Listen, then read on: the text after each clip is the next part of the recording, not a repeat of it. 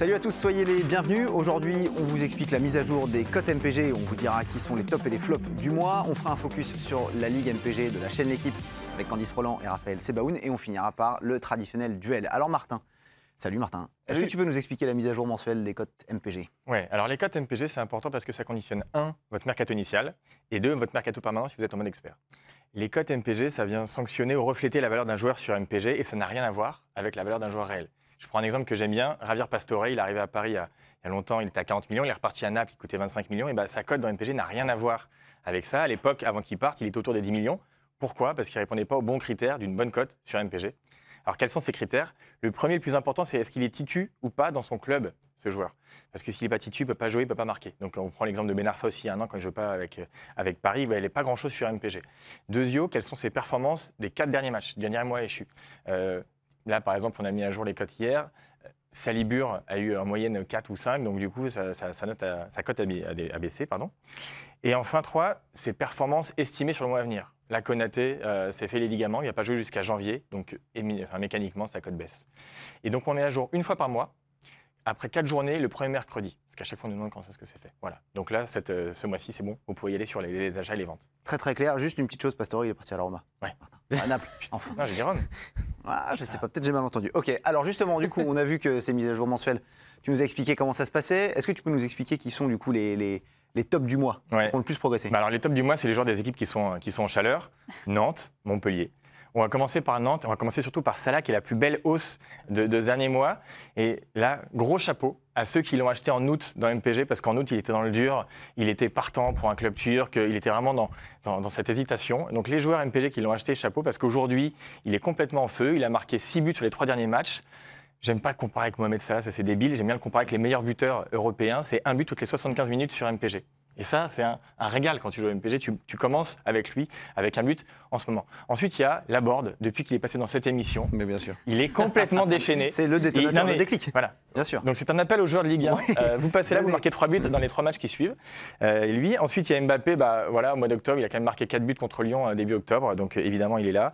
Touré, qui avec Veid, du coup, est beaucoup plus présent et actif. Et puis Pépé, qui n'arrête plus de monter. Il fait partie des 5 joueurs les plus chers sur MPG. Et les flops?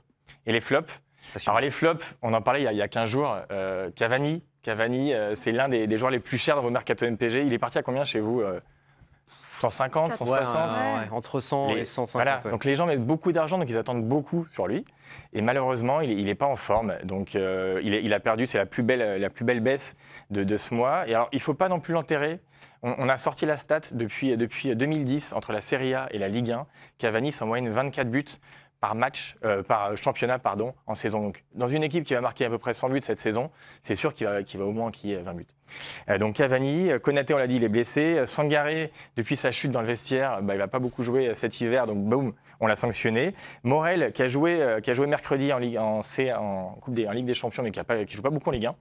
Et puis enfin, René, qui a vécu un sale mois d'octobre, et du coup, qu'on le sanctionne dans les cotes de ce mois-ci. Alors ça, c'est la liste des joueurs plutôt à éviter. On va voir avec nos deux invités du jour s'ils en ont certains dans leur effectif. Je suis sûr que oui, on en a tous.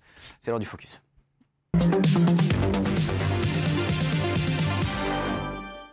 Focus un peu spécial. Aujourd'hui, on accueille Candice Roland et Raphaël Sebaoun. Enfin, on accueille, on est chez vous, sur votre plateau. Bienvenue. Voilà. Et d'ailleurs, on est bien chez vous. Les locaux sont super. Beau plateau, comme vous l'avez repéré, super plateau. On va faire un petit focus sur la ligue de la chaîne L'équipe. Vous vous étripez tous les week-ends. Vous êtes une dizaine, du coup, à vous étriper tous les week-ends. On va voir le classement, il va apparaître. Candice, tu es 6e. Avec 6 points, Raphaël, tu es 8e avec 4 points. Merci de me le rappeler. Hein. Candice, le Roland. C'est pas sympa comme intro parce que du coup, tu les et Raphaël, le FC Rafou. Oui, mais attends, il reste quand même plein de matchs. Il n'y a aucune inquiétude. Moi, je crois en toi, Raphaël. C'est qui les pépites de vos effectifs respectifs? Candice. Alors, sur le papier, moi, j'avais pris Dimitri Payet et Memphis Depay. Bon, c'est un peu montagne russe depuis le début de la saison. Et toi, il y avait Gaëtan Laborde, qui devient l'un des joueurs importants de MPG. Et tu l'avais acheté avant? Je l'avais acheté avant, voilà, vraiment tout début, quand on a démarré la Ligue. Benjamin Lecomte, qui est peut-être l'un des meilleurs gardiens de Ligue 1 aujourd'hui. Puis Moussa Dembélé, j'ai tenté le coup, il venait juste d'arriver à Lyon, donc il a marqué déjà des buts. Donc voilà, ce sont mes 3 pépites, 2 attaquants et puis ce gardien. Est-ce que vous avez un schéma préférentiel? Est-ce que vous êtes des dingues du 4-3-3, du 3-5-2, ou vous alternez en fonction des disponibilités de vos joueurs? Moi, j'ai beaucoup de milieux, alors du coup, je fais plutôt un 4-5-2. Enfin, je charge le milieu, je suis plutôt 2 attaquants. Alors, comme j'ai pas non plus beaucoup de bancs non plus sur les attaquants. J'ai Bertrand Traoré, mais là aussi, je l'ai payé cher. 4-5-1 plutôt. Ouais, en je suis général. plutôt 4-5-1 ou 4-4-2, quoi. Voilà. D'accord. 4-4-2, je bétonne mon milieu de terrain. Raphaël, toi Moi, c'est 3-4-3. 3-4-3. Ouais, avec 3 attaquants et puis donc 4 milieux de terrain. Essayer d'avoir le plus de joueurs offensifs possible au milieu parce que ça peut marquer. Et puis 3 défenseurs. Pour l'instant, je suis sur cette stratégie-là depuis 2-3 journées. Est-ce que vous avez des anecdotes à nous raconter, alors soit sur votre mercato, un joueur que vous vouliez absolument qui vous est passé sous le nez pour 1 ou 2 millions d'euros, ou d'autres anecdotes? Il y en a un que j'ai pas digéré, c'est Florian Thauvin. Je voulais absolument Florian Thauvin. J'ai mis 85 millions. Il est parti à 85 millions, mais j'étais en retard de 4 heures. Donc, Et est-ce que tu sais qui l'a pris? Tu sais qui l'a récupéré dans la ligue? Ça c'est dur, à 4 heures près, c'est l'enfer. Je sais Parce plus qu'en cas parce que- d'égalité, quelqu'un ça contre part qui à tu celui vas qui a manger. enchéri le plus tôt. Oui, c'est vrai, ça faut le rappeler. Ouais. Donc là, t'es dégoûté. Moi, je voulais parce que prendre mon c'est- temps, bien regarder, et il fallait pas. Moi, c'est pas plus tard que le week-end dernier, sur mon dernier match. Je perds le match 2-1. Je fais entrer pour la première fois dans mon Scrivelli qui marque. Ouais. Sauf que sur mon banc, je laisse pour la première fois depuis le début de la saison Laborde qui claque un doublé. Et puis Cornelius qui marque contre Lyon, je le mets aussi sur le banc. Donc en fait, j'ai 3 buts sur le banc et il rentre pas avec les notes l'équipe. Donc, Et tu perds ou tu... et non, je perds 2-1. Alors que je c'est peux gagner ce match avec 3 buts de plus. Aïe. C'est cruel, Ouais. c'est cruel. Bon, moi j'ai une question. Vous commentez beaucoup de matchs, vous faites beaucoup de débats sur le foot, donc vous suivez beaucoup le foot. Est-ce que depuis que vous jouez à MPG en septembre, est-ce que ça change votre façon de vivre le foot? En tout cas pour ma part, oui, un petit peu, même beaucoup, parce que en fait, avec les alertes, dès qu'il y a un but, j'ai la curiosité d'aller voir un petit peu qui a marqué, si c'est dans mon équipe.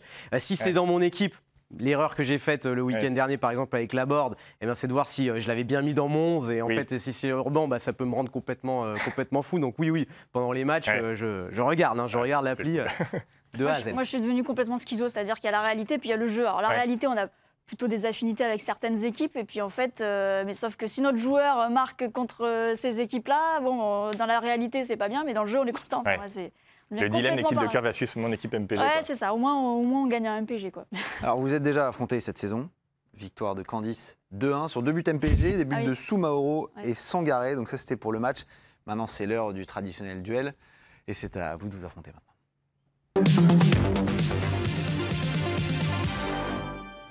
Alors vous connaissez le principe, je vous donne 3 joueurs, vous me dites j'achète ou j'achète pas. Paul Bernardoni, qui est le deuxième, j'ai un trou de mémoire, Christophe Kerbrat, le voilà, et Andreas Cornelius. Candice, tu commences. Moi, Bernardoni, je prends. Alors, je n'ai pas pu le prendre pour la Ligue et l'équipe, mais je l'ai pris dans une autre Ligue. Dans une autre Ligue, on a fait que des filles, et cette fois-ci, je l'ai pris. Donc, il a d'ailleurs annulé un but ce week-end. Ouais, il a eu un 8. Ouais. Il a eu 8. Kerbrat, je prends, j'ai pris. Pas au premier mercato de l'équipe après une cote, je l'ai racheté. Capitaine, voilà. J'avais besoin de titulaires aussi en défense et à valeur sûre. Et Cornelius, moi, j'attends qu'il soit vraiment titulaire, donc je prends pas. Voilà. Ouais. Bernardoni, je l'ai pris, mais avec du recul, je pense que je ne l'aurais pas pris, puisque j'ai le gardien de Montpellier, Benjamin Lecomte, donc ça me fait 2 titulaires. Et puis donc finalement, je ne sais pas si ça avait été la bonne stratégie à adopter, sachant que Nîmes va aller, on va dire, est assez irrégulier depuis le début de la saison en Ligue 1. Concernant Christophe Kerbrat, je ne prends pas non plus, vu la situation de Guingamp, et puis également, moi, dans mon idée, dans ma stratégie, j'essaie de prendre peut-être plus des latéraux qui peuvent faire des stats. Ouais. Ça peut permettre aussi à ces joueurs-là de prendre des notes, l'équipe plus importante. Donc Kerbrat, je ne prends pas. Et puis Cornelius, je prends et je reprends. Je l'avais pris quand on a monté notre ligue, l'équipe. Il commence à être de plus en plus titulaire. Il a marqué le week-end dernier contre Bordeaux, donc il monte en puissance. Je le garde, je le prends, il n'y a pas de souci. Merci à vous deux d'avoir été avec nous. Je crois que ce week-end, vous jouez les 2 premiers du classement. Donc c'est le moment de se refaire. Moi, je crois à l'exploit. Martin, tu voulais nous dire un petit mot avant la fin de l'émission? Une anecdote, une des très belles anecdotes de début de saison sur MPG. Il y a un joueur d'ailleurs qui était aussi interviewé sur ce plateau il y a quelques semaines. Ils passent tous. Quoi, ils passent tous. C'est Ripard qui joue à MPG. Ils ont fait un super match, Nîmes, ce week-end, et il a une très bonne note. Donc il était ravi ce week-end. Il se lève le lundi matin, et là il se rend compte qu'il perd sur MPG. Donc ça nous arrive tous, des sales gueules le lundi matin. Mais le pauvre, il a perdu parce qu'il a mis un but contre son équipe dans MPG. Donc c'est l'espèce de schéma complètement inhabituel qu'on retrouve entre le foot réel et le foot virtuel, et ça nous fait bien marrer ce genre d'anecdote. Ouais. Voilà, Renaud Ripard, si tu nous regardes. Désolé. Voilà, on est désolé, mais en tout cas, ça nous a bien fait marrer. Bon week-end de Ligue 1 à tous.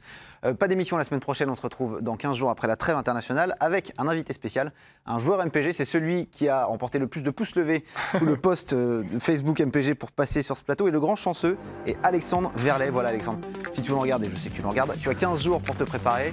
Sois bon, ciao.